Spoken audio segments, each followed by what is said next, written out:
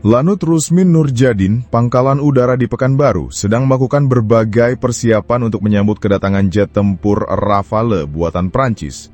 Persiapan ini mencakup aspek teknis, fasilitas, dan personel guna memastikan operasional pesawat tersebut berjalan optimal saat tiba di Indonesia.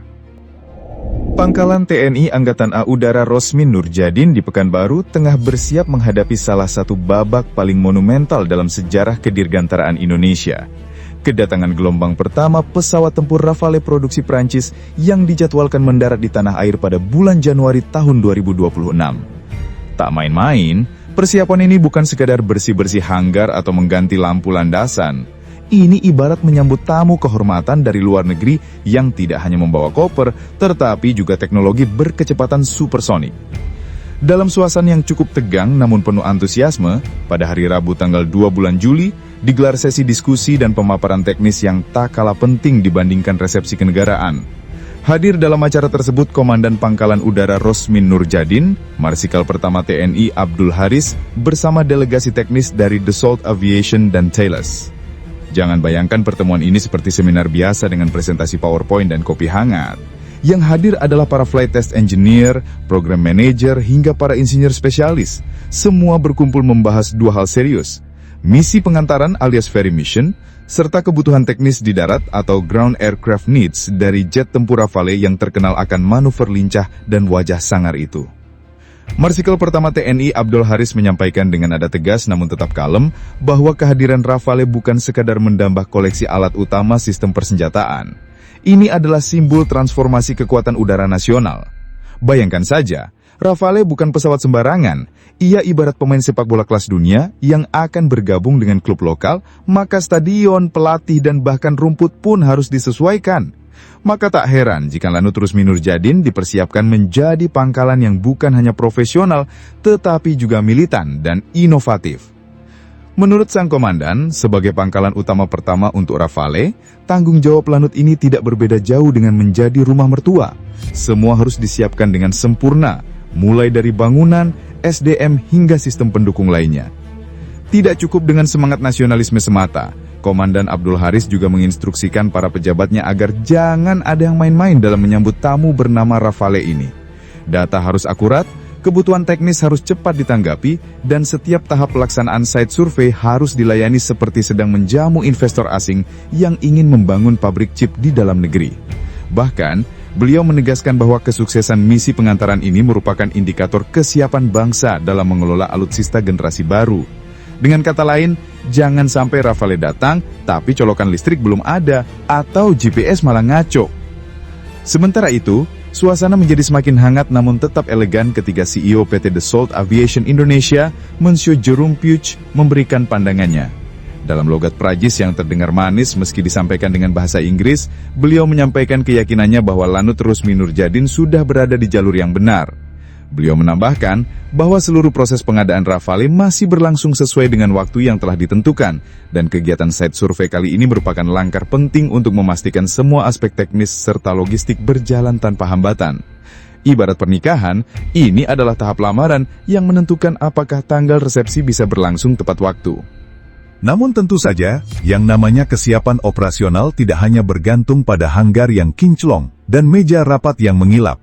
Jauh lebih penting dari itu adalah bagaimana sistem pendukung, baik itu perangkat lunak, alat bantu pemeliharaan, hingga kesiapan personel, bisa bekerja seirama layaknya orkestra simfoni. Dalam konteks Rafale, yang notabene adalah pesawat tempur multi-role generasi 14, maka setiap aspek pendukungnya juga harus naik kelas. Tidak bisa lagi mengandalkan metode konvensional atau prinsip asal bisa terbang. Disinilah peran penting dari kegiatan site survey yang dilakukan oleh tim gabungan Indonesia dan Prancis. Mereka tidak hanya datang untuk berfoto dan mencicipi kopi Robusta khas Sumatera, melainkan membawa alat ukur, dokumen teknis setebal kamus, serta daftar panjang kebutuhan logistik yang harus terpenuhi. Tim dari Thales bahkan terlihat serius memeriksa lokasi penempatan ground support equipment, sambil sesekali berdiskusi menggunakan istilah teknis yang jika diucapkan terlalu keras, bisa bikin pusing kepala perwira muda yang kebetulan lewat. Dalam kesempatan tersebut, para insinyur dari pihak Dassault Aviation juga menyoroti aspek mission planning dan sistem komunikasi canggih yang akan terintegrasi dengan Rafale. Perlu diketahui, Rafale bukan sekedar pesawat bermesin kembar yang bisa bermanuver bak penari balet di udara. Ia juga adalah pusat kendali mini dengan kemampuan data link, radar AESA, dan electronic warfare yang bisa membuat lawan berpikir dua kali sebelum mendekat. Maka, Lanut Rusmin Nurjadin pun sedang dalam tahap penyesuaian infrastruktur digital agar dapat memfasilitasi kemampuan tersebut. Ibaratnya, bukan cuma pesawatnya yang pintar, tapi juga rumahnya harus setara.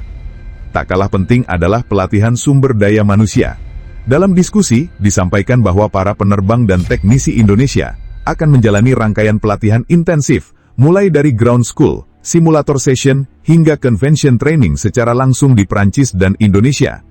Program pelatihan ini bukan program kilat seperti kursus memasak daring, melainkan rangkaian panjang yang dirancang agar personel Indonesia benar-benar memahami karakter Rafale, mulai dari cara menyalakan sistem senjata, hingga prosedur darurat apabila tombol merah yang tak seharusnya ditekan tiba-tiba tertekan.